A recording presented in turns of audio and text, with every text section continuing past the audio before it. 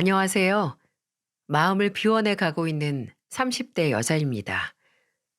모두 이제 얼마 안 가 완연한 봄이 올 거라는 걸 느끼고 계시죠? 작년 겨울은 제게 유난히 추웠던 것 같습니다.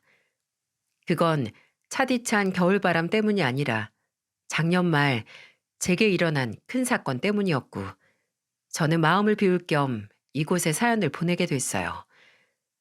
저는 20대 중반부터 지금까지도 패션 브랜드 회사에서 일하고 있는데요. 남들이 보기엔 매일 출근할 때마다 패션쇼를 열 거라고 생각하지만, 사실은 출근 시간을 최대한 단축시키기 위해서 무난하고 비슷한 옷을 깔별로 사서 옷장에 두고 일주일을 돌려 입고 있습니다. 제 직업 때문에 저를 소위 멋쟁이라고 생각했던 건 남편도 마찬가지였어요. 친한 언니를 통해서 처음 만난 남편이 절 처음 만나서 한 말은 바로 이거였거든요. 오늘 아침에 옷만 5번은 갈아입었어요. 혹시 저 일단 옷차림은 합격인가요? 이렇게 말하면서 세상 솔직하고 순박하게 웃는 모습에 저는 남편에게 좋은 느낌을 받았고, 저희는 그렇게 연애를 시작했습니다. 남편은 여러모로 만나면 즐겁고 편한 사람이었어요. 하지만 무엇보다 제가 남편을 제 마지막 정착지로 생각을 했던 건 바로 솔직함이었어요. 남편은 정말 가벼운 거짓말을 못하기도 했고, 또 거짓말을 하는 걸 아주 싫어하기도 했어요. 선의의 거짓말을 제외하곤 그냥 거짓말을 할 바에는 진심으로 사과를 하는 편을 택하는 성격이었죠. 근데 남편도 사람인지라 저와 만나는 1년 동안 제게 딱 한 가지 숨겨왔던 비밀이 있었습니다. 동갑인 남편과 제가 막 30을 앞두고 있었을 때였어요. 저도 결혼 생각이 있었지만 남편도 결혼 생각이 없는 사람은 아니었거든요. 같이 있으면 지나가는 말로 나중에 결혼하면 어느 지역에 살고 싶다. 남편은 엘리베이터 설치 기사로 일하고 있었는데 같은 사무실 진짜 친한 상사분께서 결혼하면 축의금을 50만 원 하기로 약속을 했었다. 뭐 이런 대화들을 했었으니까요. 근데 만난 지 1년이 지나갈 때쯤 먼저 말을 하더라고요. 남편이 저와 결혼하고 싶다고 했어요. 지금부터 준비를 해서 저와 가정을 꾸리고 함께 살고 싶다고 했지만, 혹시 과거가 되풀이될까 무서워서 더 빨리 말을 못 꺼냈다는 말을 했습니다. 그리고 그 문제는 바로 남편의 가족 때문이었어요. 정확히는 시어머니의 존재 때문이었죠. 뭐 이전부터 제게 뭐든 말하는 남편이었지만 가족 문제만큼은 말을 아끼긴 했어요. 그래도 나이 차이가 8살 나는 여동생이 있다는 것과 부모님께서 이혼 후 아버지는 원래 가족들과 살던 강원도에서 고향인 대구로 가서 혼자 살고 계시고 종종 만나러 간다는 것 정도는 알고 있었죠. 근데 이상하게 본인 어머니 이야기는 통하지 않더라고요. 그냥 강원도에서 쭉 살고 계시는 것뿐 다른 얘기를 했던 건 기억이 나질 않네요. 근데 이해가 될 만한 이유가 있더라고요. 남편의 어머니께서는 다소 일반적이지 않은 직업을 가지고 계셨거든요. 우리 어머니 사실 무속인이셔. 신내림 받은 지는 13년 정도 됐고, 지금도 강원도 집에 신당 만들어서 손님 받고 계셔. 남편의 고백에 놀라지 않았다면 거짓말이겠죠. 지금 제 시어머니가 될 분이 무당이라는 말이잖아요. 근데 딱 거기까지였어요. 저나 저희 집안은 딱히 종교도 없고 미신도 믿지 않았거든요. 사주나 신점을 보러 가보긴 했지만 전부 반신반의하며 재미로 보러 간 거였어요. 저는 남편에게 놀라긴 했지만, 그렇다고 원래 있던 결혼할 마음이 없어질 정도는 아니었다고 했지만, 남편의 걱정거리는 따로 있더라고요. 남편은 원래 저를 만나기 전 만났던 여자와 결혼을 약속했었는데, 무당인 어머니의 극심한 반대로 인해 결국 파혼을 할 수밖에 없었다고 해요. 서로를 잡아먹는 사주고 둘 사이에 자식이 보이질 않아서 결혼을 해도 애가 안 들어서서 결국 파국으로 갈 팔자라고 하면서 둘 사이를 엄청나게 회방을 놨다고 해요. 원래 내가 성인 되고 나서 만나는 여자들한테는 그랬었어. 내가 원래 기가 약하다고. 내 옆에는 내 기를 안 누르는 나보다 더 기가 약하거나 내 기를 품어줄 여자가 와야 하는데 내가 만나는 여자들은 죄다 기가 센 여자들 뿐이라고. 특히 그 전에 만나던 사람한테는 더 심했지. 나만 괴롭히면 되는데 걔가 다니던 회사에 부적을 보내는 바람에 더 이상 못 참겠다고 해서 헤어졌었어. 그래서 이번에 어머니가 너한테도 그럴까 봐 더 빨리 결혼 얘기를 못 꺼냈어. 들어도 미신은 전혀 믿지 않는 제게는 터무니없는 이야기들 뿐이었어요. 심지어 시부모님의 이혼 또한 시어머니가 신을 받은 영향이 컸다고 했는데요. 시어머니는 그전부터 의부증이 좀 심해서 시아버지와 잦은 갈등이 있었다고 해요. 근데 신내림을 받고 나서는 지금까지 해왔던 자질구레한 의심들도 모두 신이 내게 알려준 거라며 거의 기정사실로 만들어 시아버지를 힘들게 했고, 그래서 시아버지께서 이혼을 선택할 수밖에 없었다고 하더군요.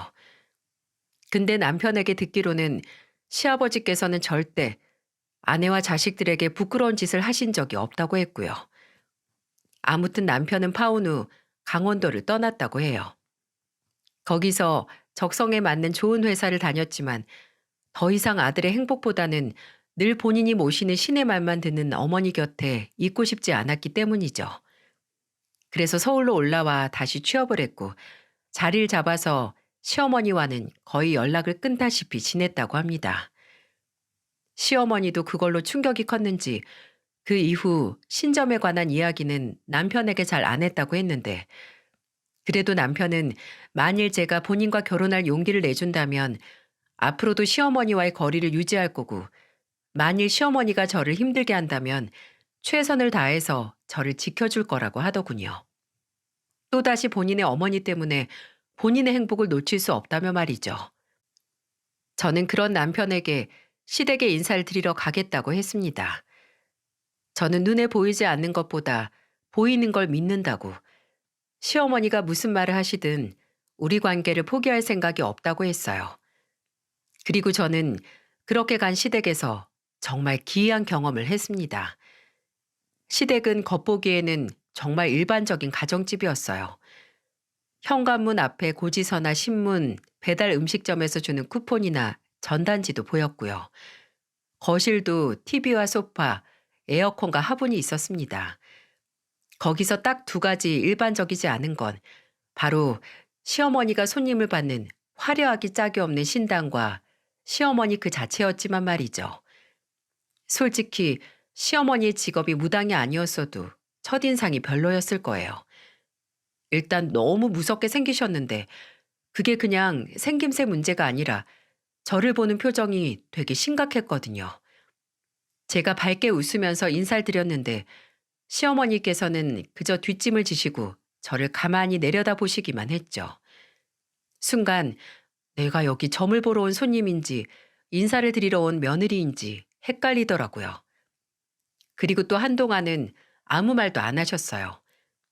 남편과 제가 주로 이야기를 드렸지 시어머니는 자리에 앉고 나서도 불안할 정도로 이야기를 안 하셨습니다. 그리고 가만히 있다가 대뜸 이렇게 말씀을 하시더라고요. 너 오라비가 몇 년 전 배 째는 수술했지? 꽤 아팠다가 했겠는데? 와, 지금도 그때 생각을 하면 소름이 확 돋아요. 이런 걸 믿진 않지만 등골이 오싹하긴 하더라고요. 실제로 저희 오빠가 그 당시 2년 전에 탈장으로 고생을 하다가 수술을 했었거든요. 이건 남편한테도 따로 말한 적이 없어서 남편이 시어머니께 전할 일도 없었던 정보였죠. 제가 너무 신기해서 맞다고 어떻게 아셨냐고 하니까 시어머니께서는 그런 거 알아내는 게 본인 직업이라며 다 나한테 말해주는 게 있다고 어깨를 으쓱거리시더라고요. 그 후에도 이런저런 이야기를 하는데 다시 입을 다문 시어머니께서는 제가 무슨 말을 하면 이상하게 고개를 저으시는 거예요. 아, 불기운이 너무 강하다. 여름에 태어났지? 너 같은 애는 나무 기운 갖고 있는 사람을 만나야 하는데 금기운이 강한 내 아들 만나서 어쩌자는 거야? 간단하게 말해서 너랑 내 아들이 아주 상극이라는 거야, 상극. 아유, 호진이가 잘 맞는다고 해서 만나봤더니 또 이래 세디 센 여자를 데려왔네. 어머니, 왜 또 그런 말을 하세요? 그만 좀 하세요. 저 진짜 저민이 상극이니 이런 소리 듣기 싫다니까요.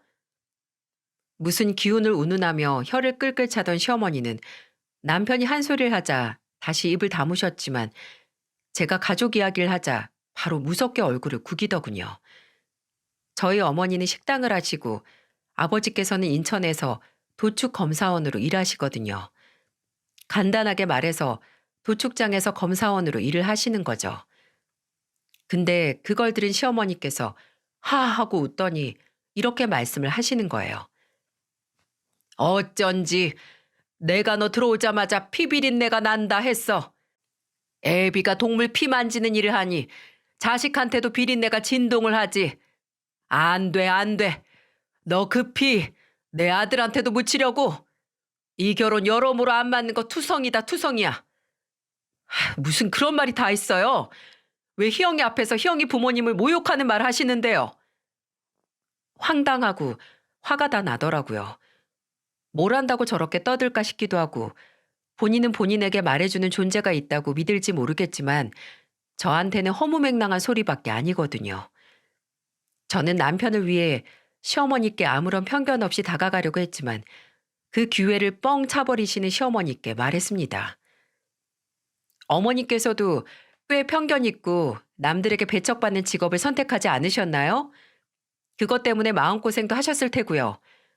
근데 똑같이 남들이 수군거리고 편견을 갖는 직업인 저희 아버지와 딸인 저를 그런 식으로 말씀하시는 게 굉장히 씁쓸하고 또 서운하기도 하네요. 그렇게 따지면 세상에 동물 피 안 묻은 사람이 어디 있겠어요? 소고기든 돼지고기든 굽기 전에 만져본 사람은 손에 핏물 조금은 다 배는데. 어머님, 저는 어머님이 저한테서 기운이라든지 냄새라든지 느낀다는 얘기보다는 저희 아버지가 동물 피 만지는 일 하시면서 저희 가족 책임지신 걸 믿으니까요. 그런 말 하셔도 딱히 저한테는 설득력이 없네요. 그 대신 어머님이 좋아하시는 기운을 내보도록 노력하겠습니다. 이때 시어머니의 표정을 여러분도 보셨어야 해요. 신을 모시는 분이 마치 귀신이라도 본 것처럼 얼이 빠지셨는데 아마 본인만큼 저도 호락호락한 상대가 아니라는 걸 아셨으리라 생각이 됩니다. 그 후로 남편이 따로 시어머니께 전처럼 이 결혼을 반대한다면 이번에는 어머니와의 연을 아예 끊겠다고 말을 해서 저희가 결혼을 할 때 시어머니께서 식장에서 굿을 하신다든지 저희 결혼이 깨질 살을 날리거나 하진 않으셨습니다. 근데 큰 반대를 받지 않은 만큼 응원도 축하도 받지 못했어요. 원래 시어머니께서는 집에서 신당을 하셨기 때문에 수입이 안정적이지 않았고 그 당시 대학생이었던 시누이의 생활비까지 책임지셨던 터라 저희의 결혼에 보태줄 형편이 아니시기도 했어요. 저희는 저희 부모님께서 보태주신 돈과 저희들이 따로 모은 돈을 합쳐서 신혼집을 얻고 결혼식을 올렸습니다. 정말 천만다행하게도 시어머니와 사는 곳이 강원도와 서울로 멀어서 시어머니의 간섭이나 괴롭힘에서는 어느 정도 자유로울 수 있었지만 솔직히 멀다고 아무런 문제가 없는 건 또 아니었어요. 원래 결혼 전에도 관계가 소원해진 남편과 연락을 자주 안 하셨던 걸로 알고 있었는데 며느리는 또 다른 문제인 건지 제게는 연락을 아주 자주 하시더군요. 근데 그 내용이 갈수록 사람 진을 다 빠지게 했어요. 결혼 초기에는 제가 시댁에 가면 그렇게 제게 신당 청소를 시키셨고 또 집에 있으면 전화를 해서 이런 말을 자주 하셨죠. 너네는 상극인 기운이 한 지붕 아래 살게 돼서 초반까지는 잡스러운 일들이 아주 많이 일어날 거야. 그러니까 내 말대로 해라. 우선 당분간 각방을 써. 너무 갑자기 너네 기운이 엉키면 안 되니까 되도록 화장실도 따로 쓰고. 알아들었니? 심지어 의심이 엄청나셔서 매일 본인이 말하는 거 지켰는지 안 지켰는지 전화를 해서 확인하는 것뿐만이 아니라 종종 연락도 없이 찾아오셔서 그걸 지키고 있나 확인까지 하셨어요. 한 번은 오셔서 갑자기 옷장이나 서랍을 열어보시더니 그러시는 겁니다. 예, 여기 옷장 옷 다 빼서 네 옷을 아래에 두고 호진이 옷을 위로 둬라. 네? 왜요? 네 기운이 너무 세서 이렇게 옷 가진 네 서방 위에 네 옷이 있으면 호진이 기가 찌푸러진다. 그러니까 이렇게 해서라도 내 기하고 호진이 기를 중화시켜야 해.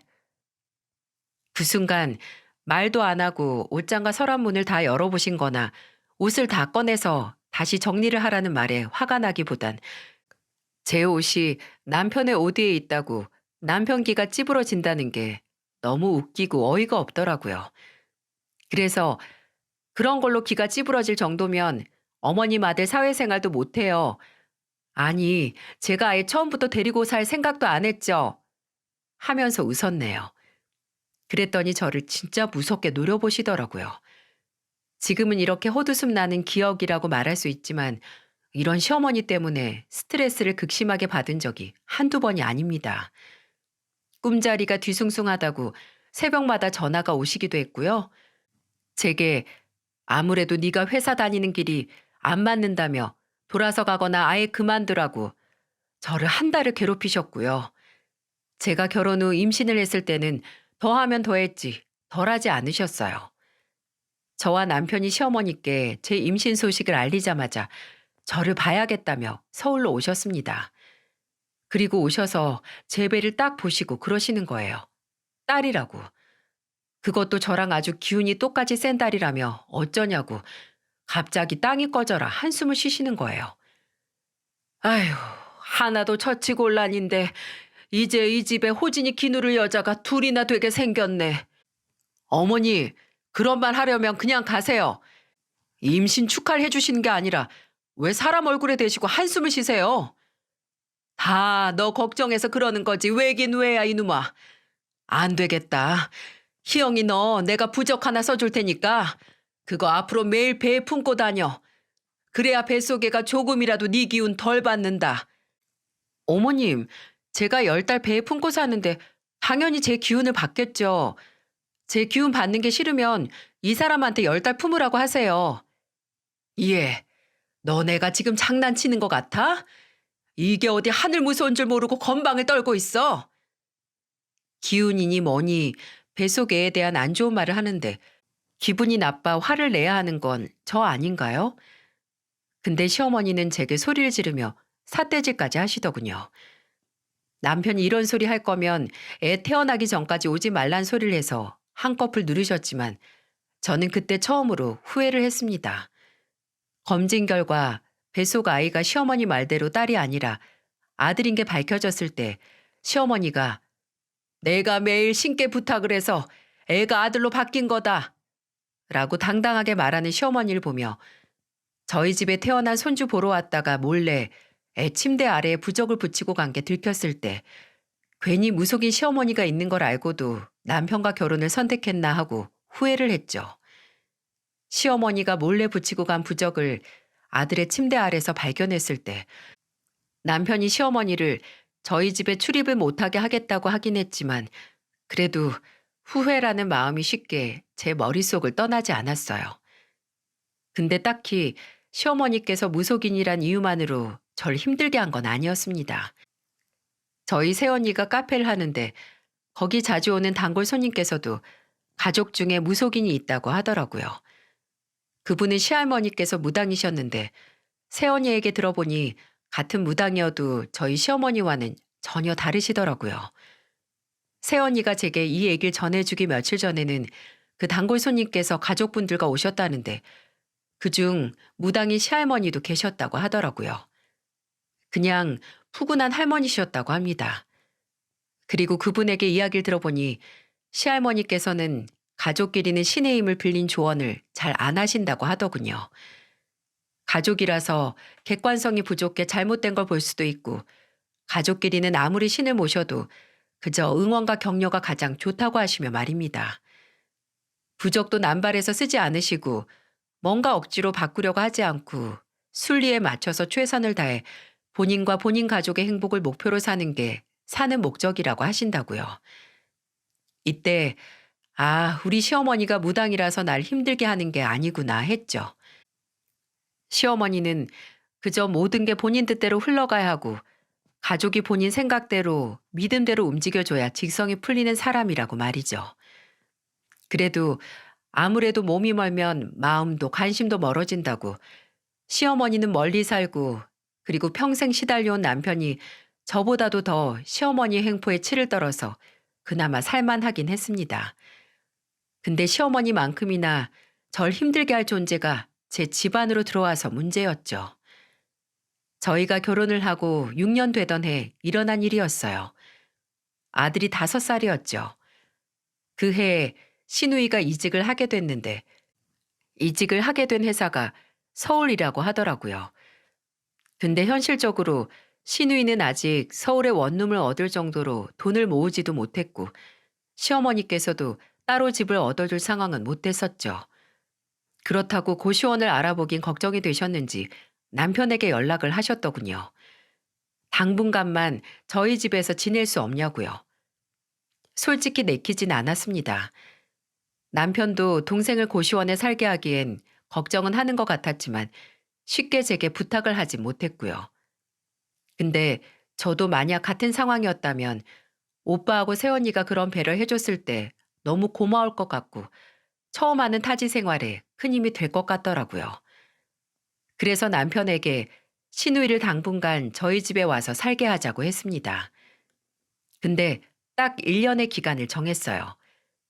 딱 1년 돈을 바짝 모아서 본인 회사 근처에 원룸 하나 구할 때까지만 같이 지내기로 했어요. 제가 이렇게 큰 결정을 할 수 있었던 건 시누이와 같이 저도 동생인 점도 있긴 했지만 무엇보다 저는 시누이를 잘 몰랐거든요. 결혼 생활 6년 동안 시누이가 강원도의 시어머니와 함께 살고 있기도 했는데 시댁에 내려가도 시누이를 잘 못 봤거든요. 무슨 역마살이 있는지 시누이는 집에 잘 안 있었어요. 그래서 시누이하고는 정말 마주치면 인사만 하는 정도의 사이였기에 할 수 있는 결정이었죠.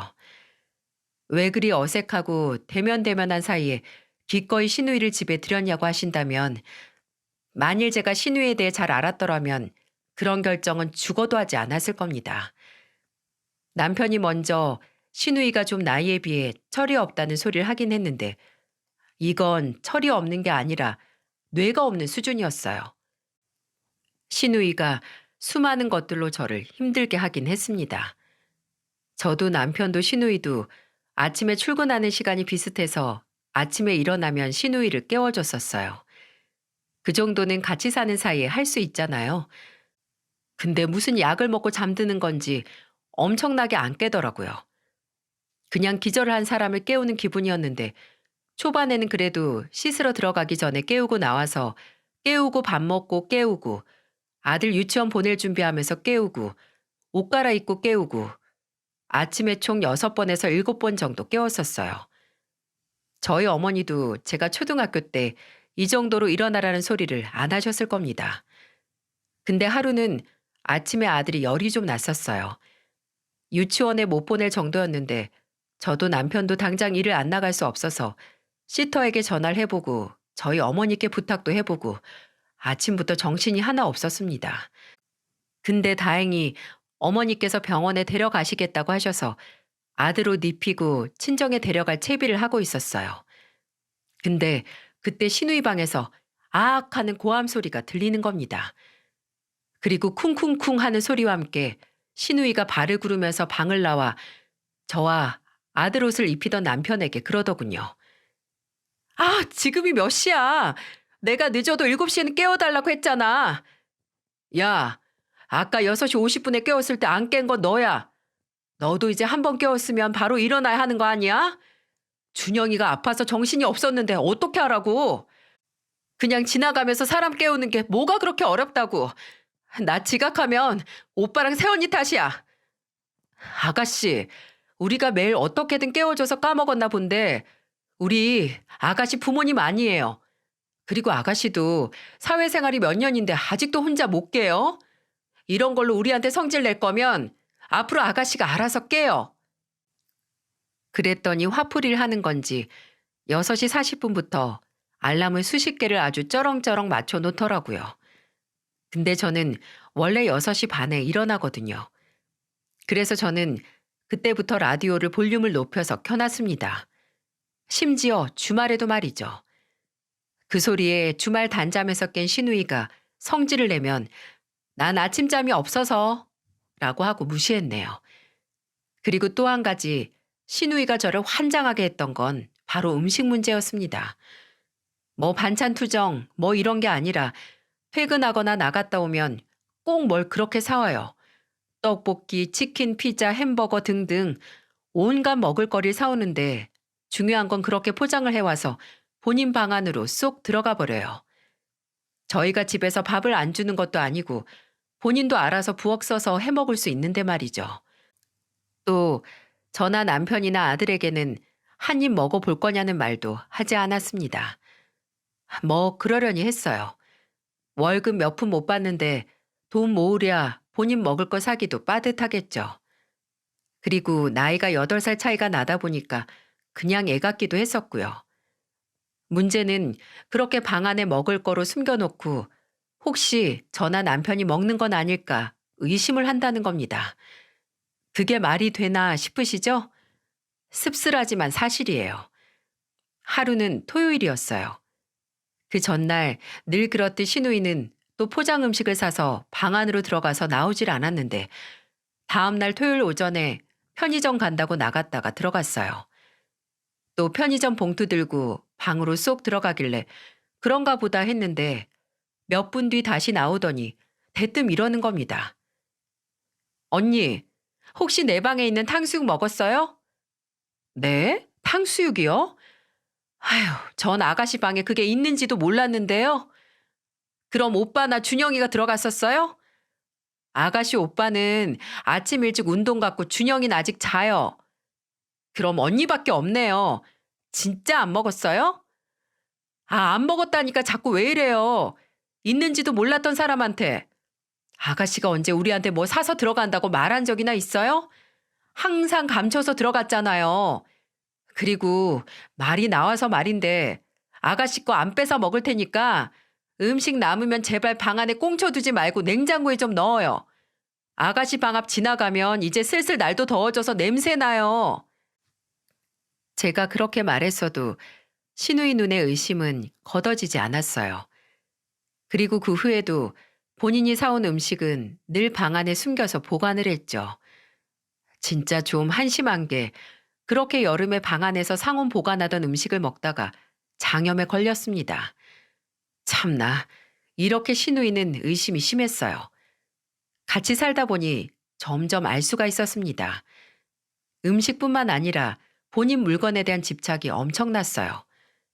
제가 놀란 건 화장실에 본인이 쓰는 샴푸나 트리트먼트, 바디워시 통이 있잖아요. 그럼 그 용기에 매일 선을 그어놨어요. 무슨 말인지 이해가 잘 안 가시죠? 매일 본인이 쓰고 난 통에 남은 용량을 선으로 표시를 해두고 본인 이외에 누가 써서 줄어들진 않았나 감시를 하던 겁니다. 좀 질리지 않나요?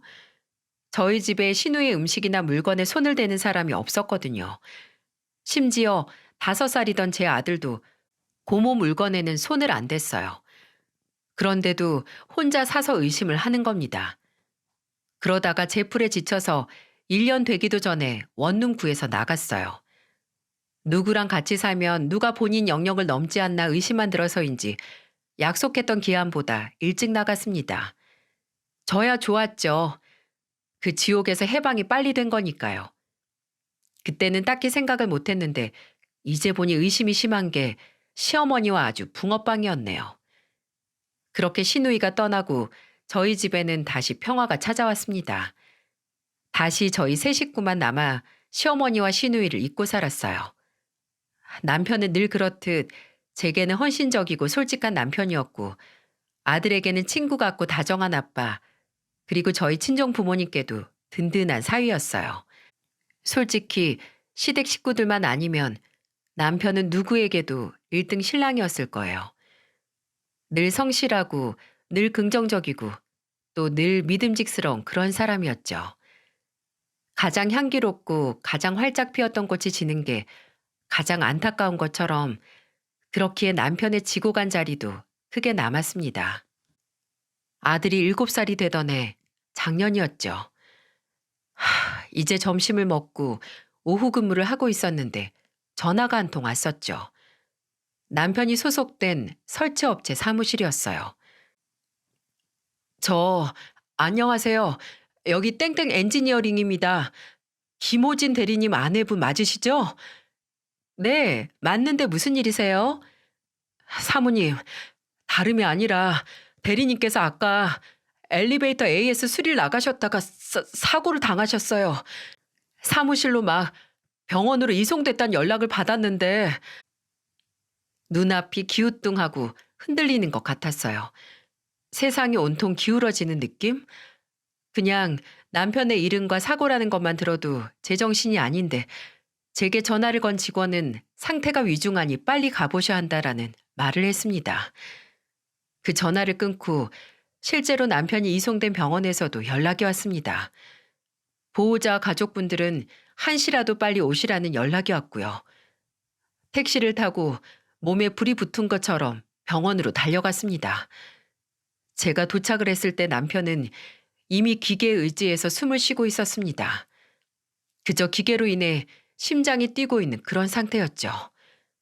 남편은 엘리베이터 수리 작업을 위해 내부 1층 벽면 사다리 작업을 하고 있었고, 그때 운반구가 하강을 해서 추락한 운반구와 벽체 사이에 끼었다고 사고 현장에 있던 구급대원에게 전해들은 의사 선생님께서 말씀해 주시더군요. 늘 안전, 안전, 위험한 일을 하는 만큼 안전에 신경을 많이 쓰고 사무실에서도 안전교육을 아주 철저히 주기별로 했던 걸로 알고 있었어요.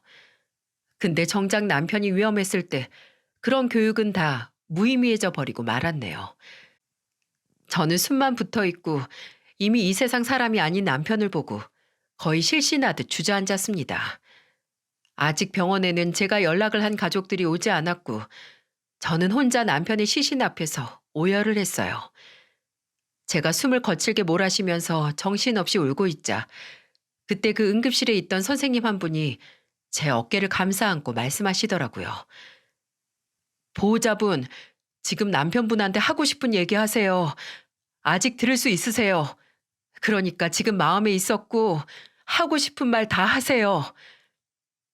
우느라 힘이 빠져서 흐느적거리는 제 몸을 잡아 일으켜 조심스럽게 누워있는 남편 앞으로 데려다 주는데 정신이 하나 없는 와중에 저는 얼굴에 생채기가 가득한 남편의 얼굴에 다가가 말했습니다. 여보, 내가, 내가 정말 너무, 너무 많이 사랑해. 내가 사랑해. 알지? 어? 그리고 고마워. 나랑 만나서 같이 살고 우리 준영이 만날 수 있게 해줘서 너무 고마워. 또 내가 미안해. 미안해, 여보. 이렇게 당신 혼자 외롭게 보내서 너무 미안해. 미안해, 여보. 사랑해. 저는 그렇게 남편에게 홀로 마지막 인사를 했습니다. 곧 있어서 저희 부모님이 오시고 그 후에 오빠 새언니가 오고 시누이가 오고 그리고 밤이 되자 시어머니께서 오셨죠. 사고로 인한 죽음인 만큼 남편의 몸에는 크고 작은 상처가 많아서 장의사 분께서 안치하기 전까지 시간이 더 걸릴 거라고 하더라고요. 가족들과 정신없이 남편의 사망 진단서를 떨리는 손으로 떼어오고 장례식에 제출을 하고 다음날 아침 일찍 빈소를 설치한 뒤 입간을 할 때 다시 남편을 만날 수 있게 됐습니다. 남편은 그전보다는 사고 당시 묻은 피가 말끔하게 닦여져 있었지만 그전보다 더 차갑고 딱딱하게 굳어 있었어요. 이전에 미리 남편에게 작별을 고한 저는 그저 남편의 손과 발을 매만지기만 했습니다. 가족들이 돌아가면서 모두 남편에게 인사를 하는데 그때 제 슬픔과 좌절을 잠시 잊게 할 정도로 충격적인 목소리가 들렸습니다. 내가 뭐라고 했어? 내가 뭐라고? 내가 너 명 짧아질 거라고 했잖아. 그러게 왜 내 말을 안 들어서? 그건 바로 시어머니의 목소리였어요. 마치 남편이 이렇게 될 걸 미리 알았다고 하는 것 같은 말. 그 순간 생각이 났죠. 시어머니가 저희 결혼 전에 서로를 잡아먹는 팔자라고 남편이 제 귀에 눌려 찌부러질 거라 말했던 게 말이죠. 그 말을 듣고 와, 저 말을 지금 한다고? 싶었습니다. 심지어 제 앞에서 남편에게 그 말을 한다는 건 남편의 죽음에 제 책임이 있다는 거잖아요.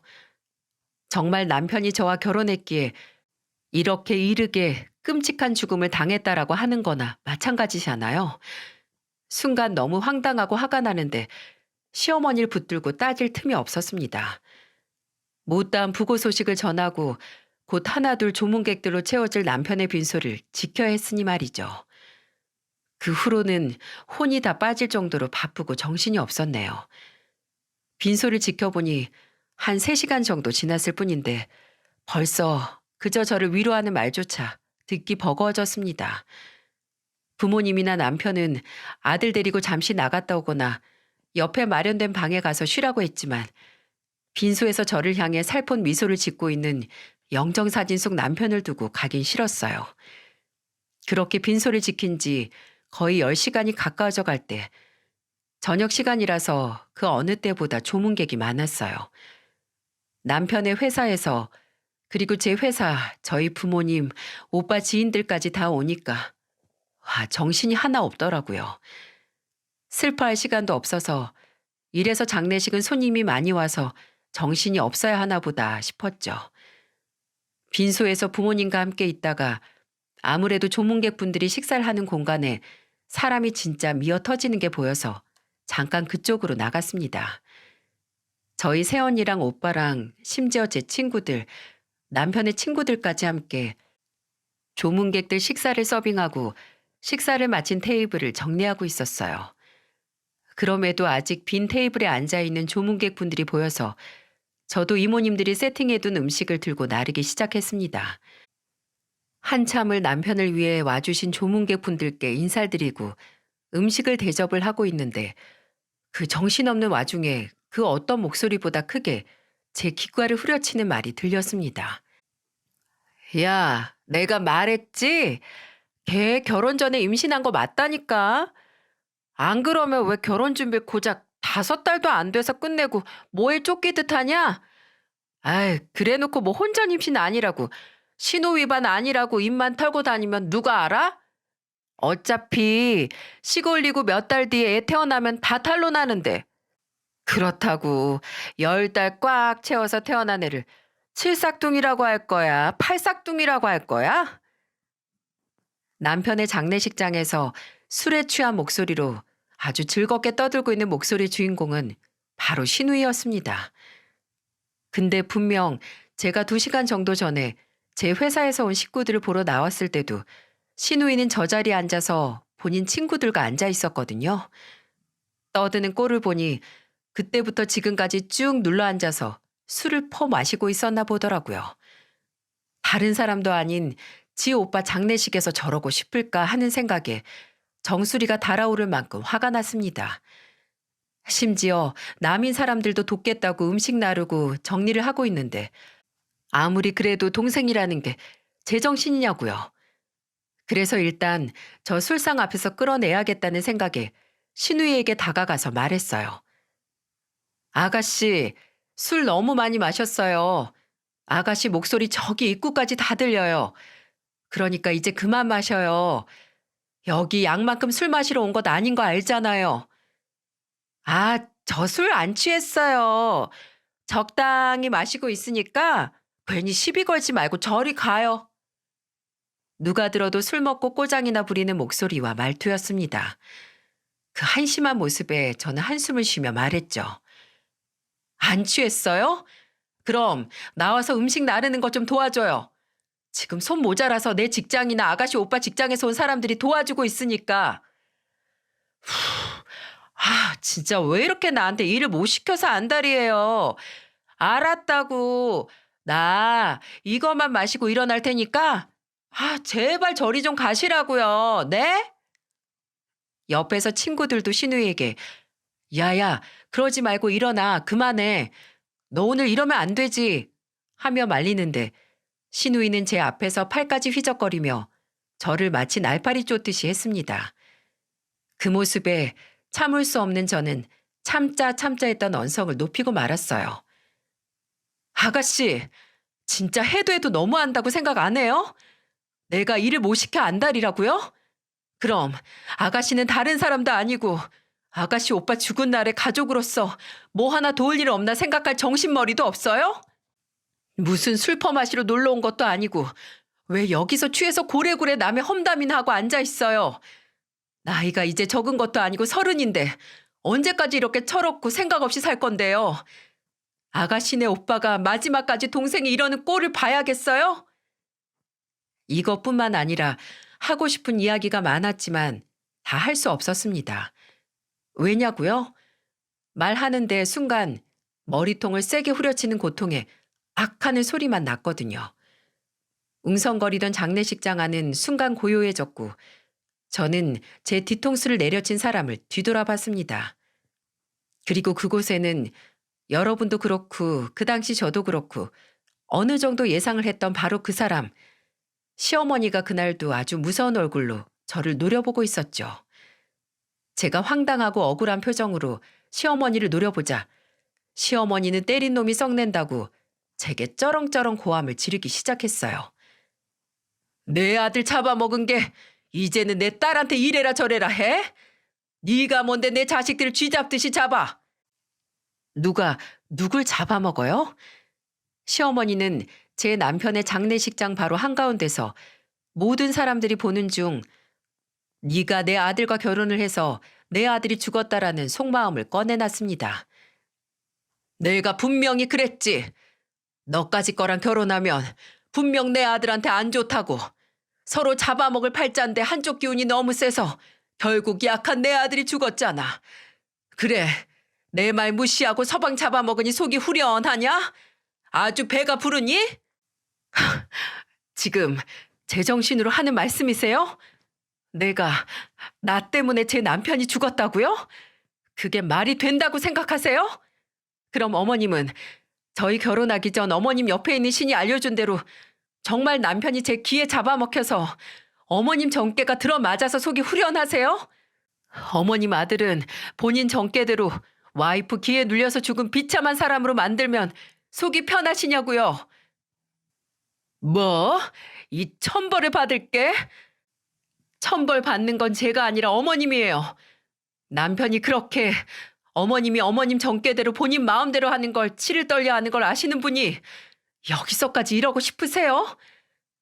그러고 보니 저희가 결혼하기 전에는 끝이 어떻게 될지 다 아신다고 한 분이 아들이 사고당하는 날은 아들이 가는 날을 못 보셨나 보네요. 어머님은 진짜 무당도 아니고 진짜 어머니도 아니에요. 다 자격 미달이라고요. 이 썩을 것이?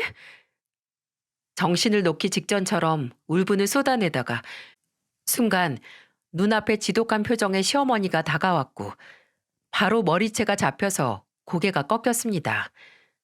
눈앞이 빙 도는데 주위에서 술렁이는 소리와 비명소리, 말리라는 고함소리가 들렸지만 제 머리채를 잡고 사정없이 흔드는 소나귀에서 힘은 빠지지 않았어요. 안 그래도 잠을 못 자서 두통 때문에 힘들었는데 머릿속에서 누가 종을 치는 것처럼 골이 울렸습니다. 근데 그 순간 제 얼굴에 좀 미적지근한 게 투둑 떨어지고 이내 머리채를 잡고 있는 손에도 힘이 팍 하고 풀렸습니다. 그리고 아악 하는 괴성이 들렸죠. 정신없이 꺾였던 고개를 들어 앞을 봤는데 이럴 수가. 좀 전까지 무서운 얼굴로 제 머리채를 잡고 뒤흔들던 시어머니 얼굴에 시뻘건 국물과 온갖 건더기가 범벅이 돼서 흐르고 있었어요. 그건 식은 육개장이었습니다. 뭐지? 누가 시어머니한테 국을 던진 거지? 하고 있었는데 그때 저희 어머니가 시어머니 앞에 서 계시는 게 보였습니다. 주변 사람들도 모두 어머니를 보고 있었고 어머니의 손에는 육개장을 담고 있던 게 분명한 빨간 기름이 고스란히 남아있는 종이 그릇이 들려 있었어요. 어머니는 그릇을 근처 테이블에 던지고 말하셨어요. 자식 먼저 간 장례식에서 이런 꼴을 보이고 싶으세요?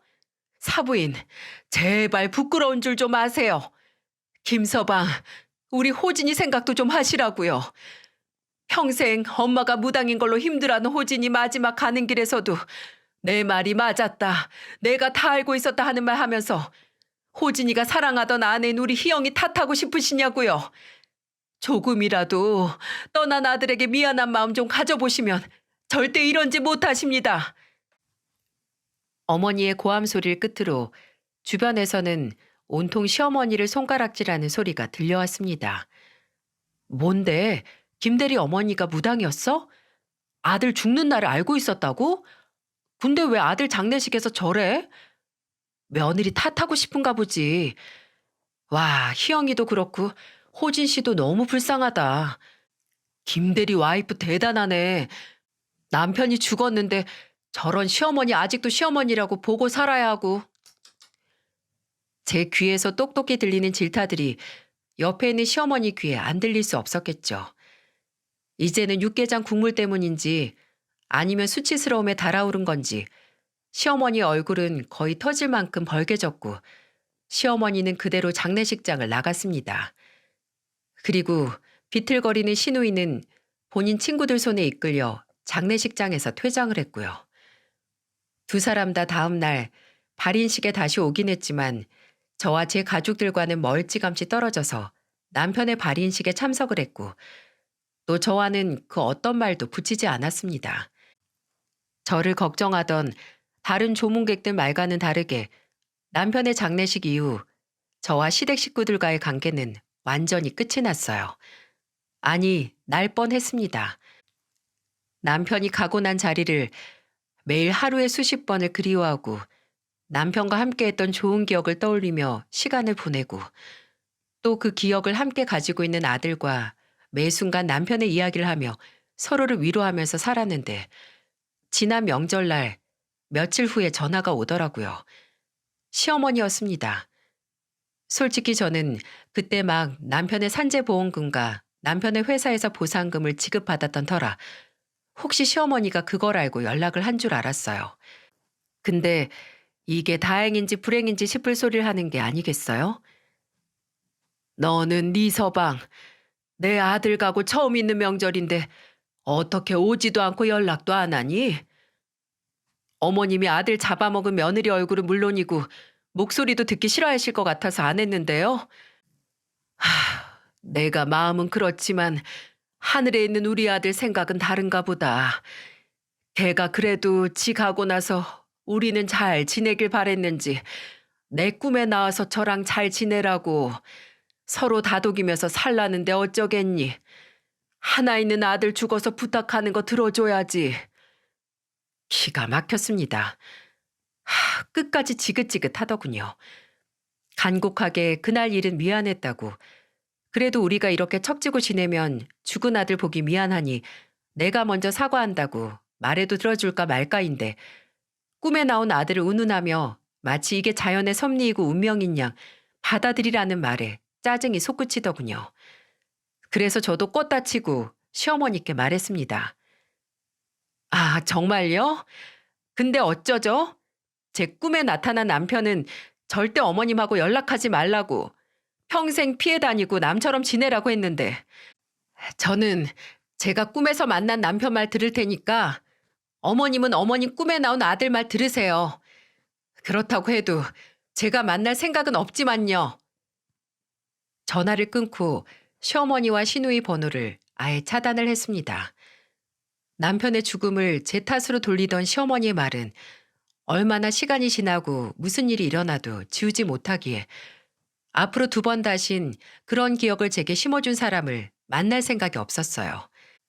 제가 남편의 장례식장에서 남편 잡아먹은 년이라는 말을 들었을 때 그 생각이 나더라고요.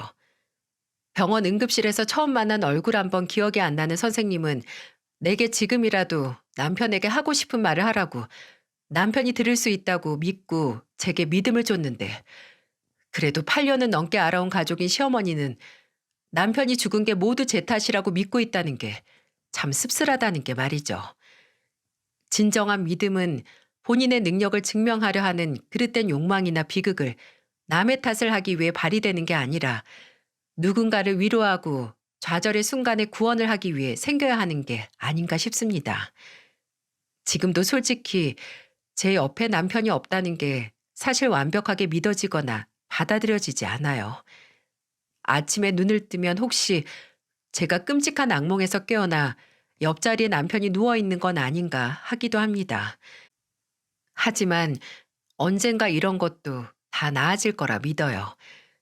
그리고 먼저 눈을 감은 남편이 걱정하지 않게 저와 제 아들이 둘이 잘 살 거라고, 남편이 자랑스러워할 인생을 살 거라고 믿습니다. 부디 제 이야기를 들어주신 여러분께서도 이런 제 믿음을 응원하고 함께 믿어주시길 바랍니다. 모두 감사드리고 또 모든 게 다 괜찮아질 거란 믿음을 가지시길 바랍니다.